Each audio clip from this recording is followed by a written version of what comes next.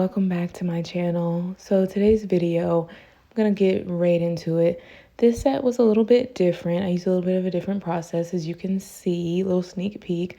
I'm doing a technique that you usually see done with acrylic, that permanent design where you don't use polish, instead you use the acrylic to create the design. So I'm gonna be using a technique like that, but with, of course, hard gel or builder gel. So I'm going to get right into it. We're going to take off her old design, and I'm using the Speedy bit from Light Elegance. Now, the Speedy bit is a bit I definitely recommend cranking up. This bit is wonderful for taking down and debulking the product, taking off, any type of designs, layered designs. There's gel polish on here. There's a foil glue, there's actual foil, about 2-3 layers of top coat, and the actual enhancement. And I'm using this bit. I usually use it between like 30,000 RPMs. And you want to lift it up frequently. But if you have it on this high speed, it's going to glide over the surface like butter. If you start using these aggressive bits too slow, it's going to be able to create too much friction. The actual texture of the bit is going to catch on the surface. So we want it to speed it up so it can glide across. It's like conceptually when you think about riding a bicycle. When you go too slow, you kind of fall over. You don't get the traction that you need, the stability. It's not a perfect analogy, but similar to in that fashion, like we need that speed to get where we're going, to glide across the surface, to keep moving forward. I think I made that full circle, right? Put a circle down below if I did that. A good analogy. So next I'm going to go in with the Cutie Patootie bit, and this bit is great to kind of push back the live skin, the eponychium, any kind of thick, coarse cuticle. It will really help with that. So usually, depending on the client, I like to start with that bit. So next I'm going to use the Itty Bitty bit, and of course it's a finer diamond bit, and you can use this in forward and reverse, and I generally do. These bits on the surface of the nail, we keep it about 6,000 to 8,000 RPMs, keep the angle low so that we don't create rings in the client's nail and cause any undue damage. So then I'm going in, I dehydrated the nails, cleansed them. I went in with Air Bond, let that air dry, and then Light Elegance Tack as our bonder.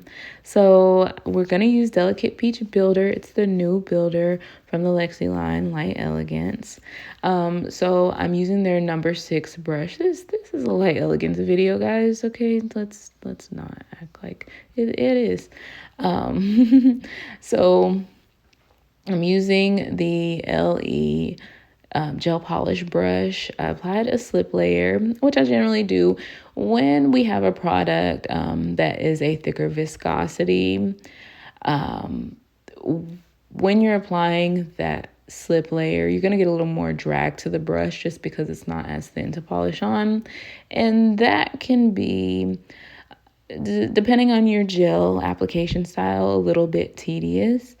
So just, kind of be, just look out for that. For me, what that means, let me tell you what that means. For me, in terms of like doing refills, it's not my favorite viscosity just because of the thickness, the drag. It's a little more, you have to move around. I do recommend personally, if you are unfamiliar with gel, not comfortable, unsure where to start with a medium viscosity product. In the Light Elegance line, I love and recommend to start with the Extreme Gel or their Cool Gel, just because the viscosity is really nice. It's not too thin, so it's not, going to run on you too fast.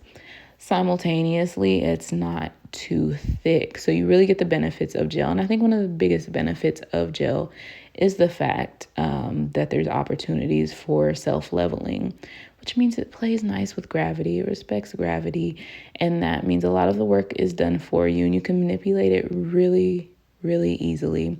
So this is a thicker viscosity gel, so we have to manipulate it more, and this is sped up. I go through and really You see I'm going in with a lot of little circles and back and forth and a little more friction with the gel than I usually see me go in with.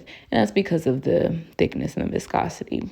So, like I said, I decided to do a permanent, with my air quotes, permanent design. And that's an encapsulated design rather, or again, a not polished design. Not the brand, but that's kind of what the brand means. So again, what that means is that the design is embedded in the nail. So it's not polished on the surface, which means this design is only coming off if you file it off or you break the nail off, or cut it off. So there's no chance of like it chipping. So if you are working with a product that is thicker, has bigger pieces, you just want to protect it, you don't want the surface of the nail being any thicker than it needs to be, those are reasons why you would choose encapsulation. There's, more and get into more detail, but you guys see me do a lot of artwork on the surface of the nail, and this is definitely something I could have drawn on, but I really wanted to use this glitter. Again, my client came in and asked for something black and glittery, and I was like, I have the perfect glitter. It's the new Light Elegance one from their newest collection. So yeah, so you can see I'm building up this nail, and then as easy as it looks, I'm taking and I'm swiping out, removing the shape that I want to have. And I'm going and I've cured it. I'm curing in between layers here. So I've cured it and I'm going down. When you're doing something like this is going to be similar to how you're going to do a reverse French in a way, except we have a straight line here. So we want to build up kind of a wall of product to bump the other, in this case, our black glitter up against. So we want to make sure we have a wall of product. As you can see, that straight line, that diagonal line, I'll go in and I'll make sure I build up a good amount of product at that line, because we want to make sure we have a clear, divisive line. That way we can make it sharper and cleaner.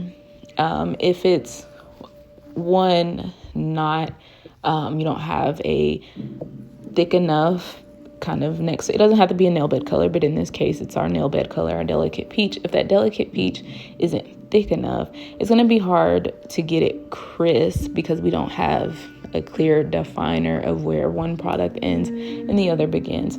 So make sure if you're doing anything like that, anything like this, that you're not doing a super thin layer of product. Even if it is an acrylic, same concept applies. A lot of the products in acrylic or gel, especially when it comes to structure and design, a lot of those processes are actually pretty similar, especially when it comes to encapsulation.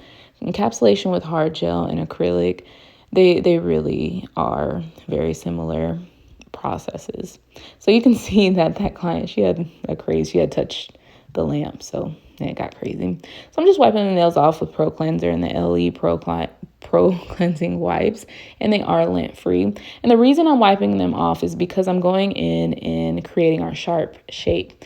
Now, I went in with the shaper bit to kind of start this process, and I realized that I wanted to go in with a hand file, so I kind of cleaned it up a little bit, and off camera I went in with a hand file. I'm sorry I didn't catch the footage, but I mean literally I set the file and filed at an angle, so you can see kind of where it was filed at, and you can see how we created that straight shape. So basically kind of what you see, and I was initiating with the electric file with that bit, with creating that sharp line.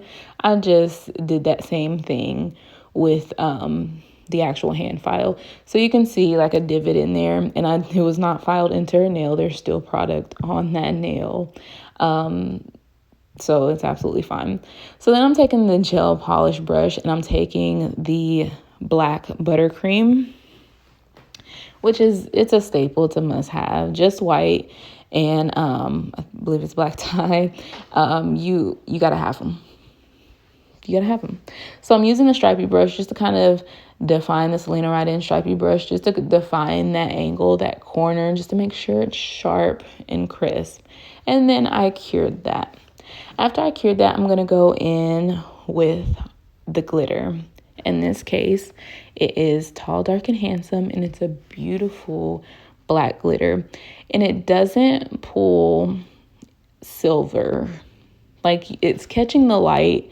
So, you know, the light that you're catching, we will more identify that with looking silvery. You know what I mean? But it's not a silver glitter in like a black base. You know what I mean?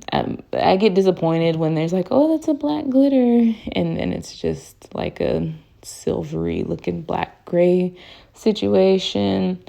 No, this, especially in real life, it looks like, you know, it's a black glitter. And just because it catches the light, does it have that white kind of reflect to it? I mean, that's how, you know, the light generally works. So I'm taking, you know, I love my little handy dandy little stylus dotting tool from Light Elegance. I use that tool so much. Y'all, I use that tool so much. I definitely recommend it to you. I think you'll get a lot of use. I use it for art, cleaning up, filling in areas, as you can see, just a multitude of things. It's such a,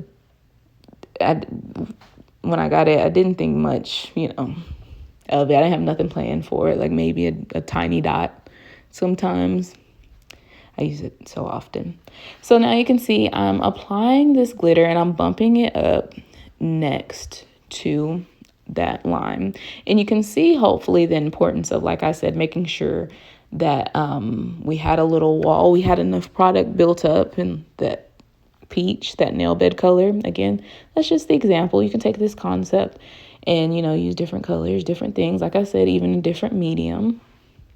So I went ahead and applied tack and went ahead and cured.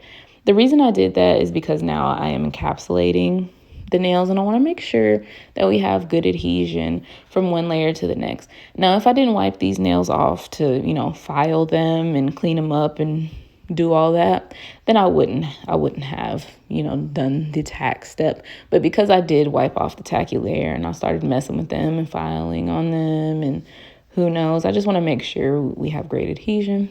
It's not gonna hurt the situation, right? Tack gives me peace of mind.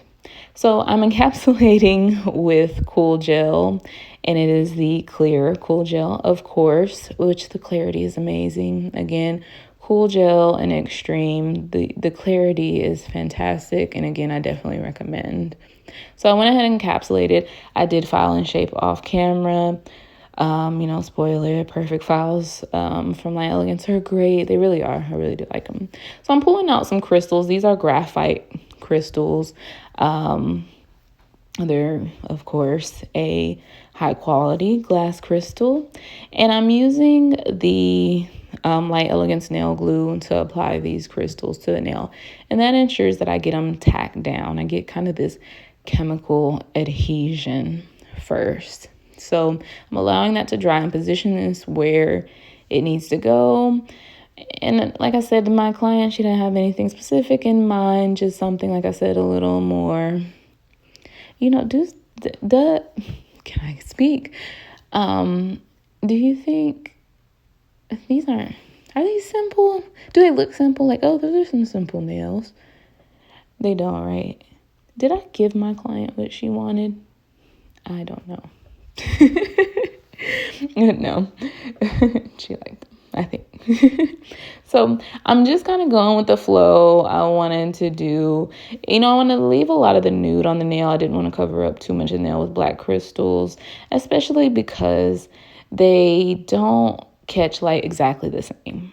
They really don't, just because they are black. So they have a tendency to look kind of like, this is unattractive, but I want to say like moles on the nail. Not that moles are not cute. I have a beautiful one in the middle of my chin I love so much. But just because of the starkness, the contrast, kind of look like pieces of pepper in a way on the nail. Yeah, I digress. So I'm using fiber in my little handy dandy little stylus tool, and I'm really building fiber up around these crystals. I recommend if you're doing something with, bigger shaped crystals of this sort, I recommend this process for adhesion. So once I apply that fiber, I'm leaving it wet. I'm not curing, but I'm feathering out the edge. I don't want a line of demarcation. I don't want you to see where I put this gel at. Now, you may have done it yourself or seen pictures, and you can see exactly where a glop of gel is around the crystals. This is how you avoid that. And this is how you should recommend those people avoid that if you see it. So while it's still wet, usually when I have big crystals like this, I like to kind of protect them and surround them with smaller crystals. One thing you got to keep in mind when we're considering longevity in crystal wear is the actual texture of the crystal on the nail. Can we get under it? Can we get it caught? Can we catch it? That is really an important thing to consider.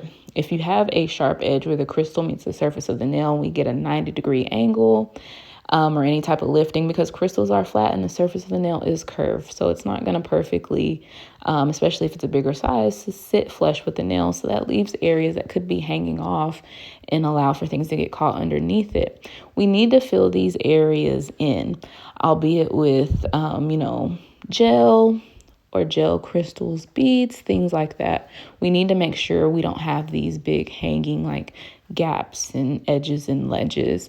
Using a product like fiber is great because it does have fiberglass. It is a strong product. You just want to sink those crystals into that. You don't want the gel to get on top of the surface of the crystal because it's not going to sparkle anymore, and then it's all for naught. And we don't want that. So make sure you apply it around the lip of the crystal.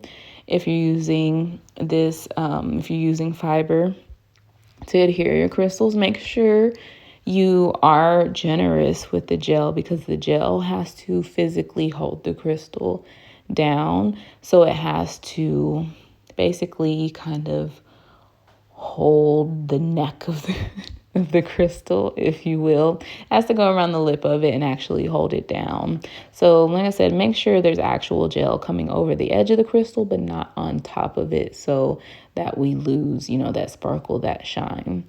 So once you, kind of get the crystals where you want, and I did make a little oopsie daisy and touch the surface of that one crystal with that gel, but happens. So for our other nails, once they're filed on and shaped, our little permanent design nails, and I was thinking like, should I add crystals? Should I do this? No. So I'm going in with Super Shiny and applying that on the surface, and of course curing it. And I am using my Light Elegance lamp, of course. So I'm going ahead and applying that, making sure it's nice and smooth. And once we get it, you can see me and lint. I'm fighting with lint. This is real life. Tis the struggle. So I'm just going in and top coating. Now I do recommend, and I didn't get it on camera, and it is my fault and my bad. But with the crystals, you want to make sure you seal around them with top coat. You can use a fine brush like the Selena Rydin one.